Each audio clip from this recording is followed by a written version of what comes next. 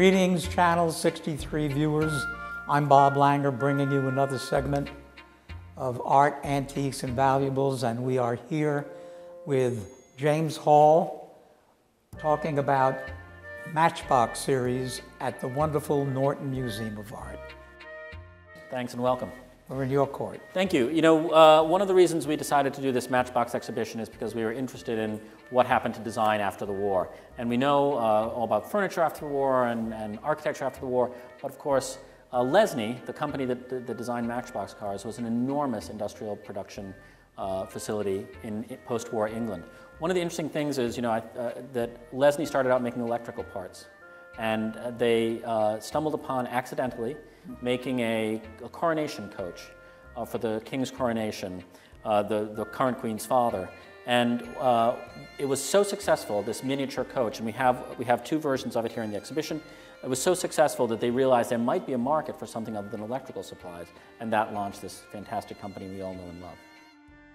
James, tell us something about the method of manufacturing and the difficulty in putting all of this together and the many hours it took to put together a design for one automobile. Yes, I mean, we forget in our time of digital design that this was all hand-built. So these tiny little cars were notable and delighted little boys and little girls because of the fact that they were so tiny and yet so precise. The dream of Matchbox cars started when one of the designers, one of the owners of the company, found that his daughter had a rule that children could only bring toys to school that would fit in a matchbox. So he personally designed a tiny car for her that would fit in a matchbox, hence the name. So they went about developing entirely new manufacturing techniques in order to do this sort of small-scale casting. All of the cars were based on a similar chassis, and they started out doing farm equipment because they thought little boys would like these big farm equipment and road builders, because of course the English countryside was devastated after the war, and so little boys would see gigantic front-end loaders and pavers and all sorts of heavy equipment. And so that's what it started out doing, but then they suddenly realized that there would be a market for sports cars and the family car, so you have station wagons. And they had an enormous, it was one of the largest employers in England after the war, so it was an enormous story in that way as well. There are some other fascinating stories about the importance of Matchbox to the economy. They decided to do a Tetley tea truck, and Tetley tea was endorsed by the Queen, and they had the royal stamp. So, of course, Matchbox assumed that when they did the Tetley tea truck, they could put the Queen's royal stamp on it. The Queen's people called them up immediately and said, just because it's on the tea truck doesn't mean it can be on your truck. So they first issued a recall, and then the Queen said, she relented, and she said, well, you must stop doing it. As soon as this was announced, the toy became collectible. People rushed out and bought the toy, and they were gone overnight. But then what Matchbox discovered was when they reissued the Tetley tea truck without the Queen's seal, those were equally popular because everybody wanted the one with and the one without, and the idea of collecting was born. These reflect models of the 60s? Yes, because it started in the late 50s, so we see that progress over the course of time, and they're early cars and trucks from that time. You see sports cars, as I said, one of the great things is, you know, there were more Rolls Royces sold by Matchbox than there ever were sold by Rolls Royce. So it's a great story of production, and very, very quickly you see that the Matchbox cars need other architecture to go with them and tracks, because of course the little boys want to roll these on their tracks. And as we move along to the traffic games and the traffic lights? Yes, you know, like any good manufacturing company, they decided to broaden their brand, and they again responded to what the needs and desires of their audience was. And the kids were always saying, like, I want a case to put my cars in. And Matchbox realized that was very smart, because if you have a case, like an egg crate, and you realize that I have 12 cars, but there are spaces for 16, you want to be able to fill that up. The other thing that Matchbox did that was very interesting was they didn't market them at toy shops. They were revolutionary in this. Toys were only sold in the immediate post-war period at the holidays, at Christmas time. So what happened was they realized that if they made these small enough and sold them in the 5 and dime instead and made them inexpensive enough, their market went from being the parents buying for the children to the children Year-round themselves. market. Year-round market, and the children could go and collect a few coins and buy this themselves. So they made an enormous, enormous market. Matchbox was one of the first companies to advertise on television. You know, I love this stuff. I remember getting these toys for our kids. Yeah. Tell me more about them. Well, you know, they are fascinating, and you know, one of the great things about this exhibition is it's not just about the toys themselves, but it's also about the marketing campaign. So there's a fantastic ad here that says, if Dodge puts hydraulic lifts in the tractors, so do we. I think that one of the things that owning a miniature car allowed you to do was, you know, we always say about this show that it turned the boomers into consumers. It allowed a little boy or a little girl to dream about what kind of car they would have. And the verisimilitude of this, the exactitude of it, was very important. So they weren't just saying that this is a shape of a car, they were saying this is a Dodge. And just as the major car companies would come out with new editions every year, so did Matchbox. So it fueled this collector mentality. And as the case you're looking at now, there's the famous Lipton's tea truck, but they also realized that there was a market for antique cars. You know, people who are interested in cars would also want cars of the past. So you'll see that that there are wonderful Model Ts and early Roadsters here, and each of them with its own little sort of Matchbox-sized car box. All sorts of things grew out of it. If you have cars, then you need a car carrier. So the size of and the scale of the trucks started to grow in order so you could sort of inhabit this entire world of the cars. Now, Matthew Bird found most of these? All of them. All of them on eBay?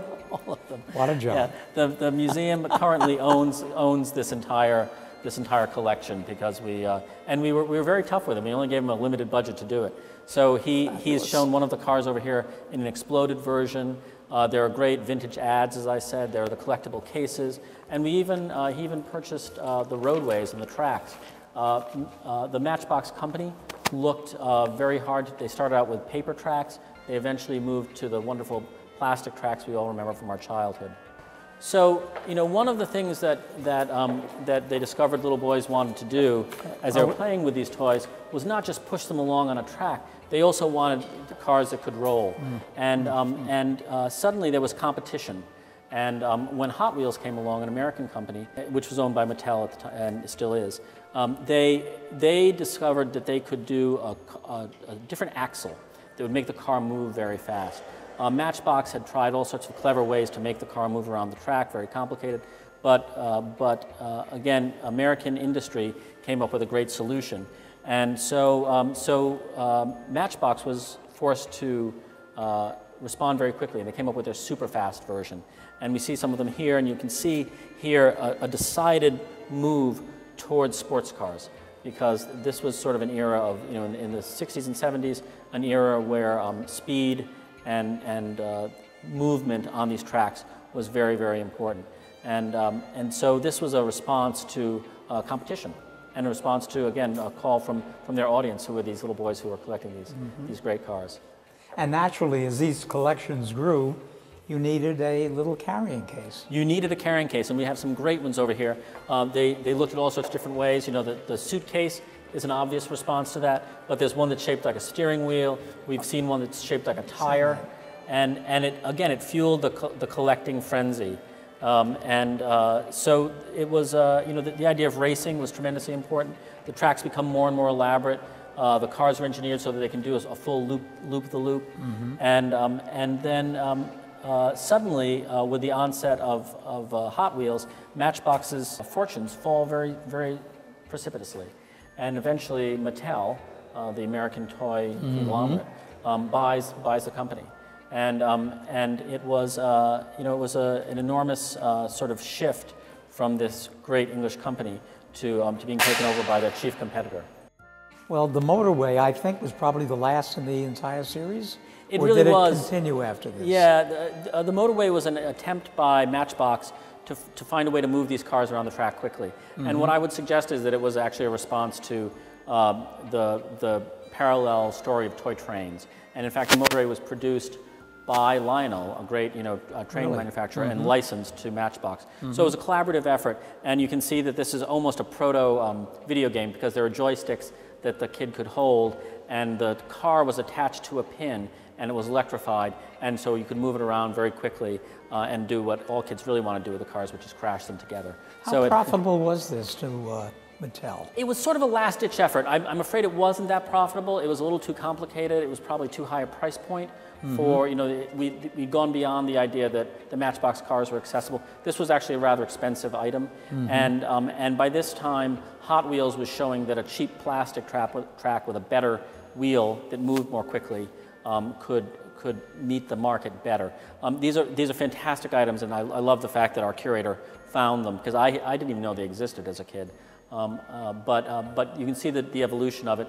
It starts out just being almost like a puzzle piece that's snapped together, where you drive the car around, and eventually becomes this much more complicated electrified track. Well, complications, royalties to Lionel. Sure. High price. Yeah. It reflected a different kind of toy.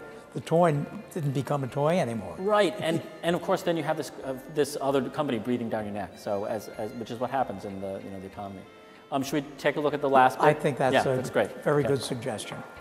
Please. Well, one of the things that our curator feels very passionately about here, nowadays what kids collect is video games and digital games and apps. And he points out that these are real objects.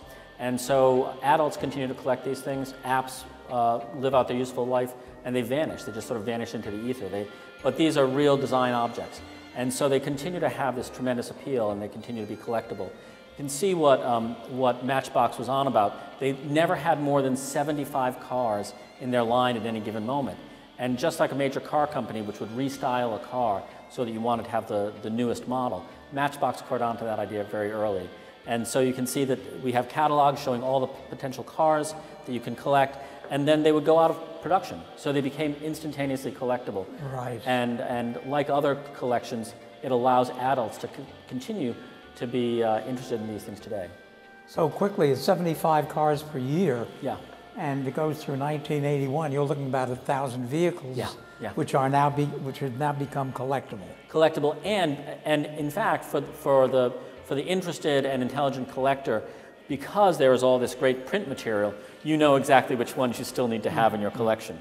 So it's a great story about taking something that was designed for children and essentially letting that toy age with its market.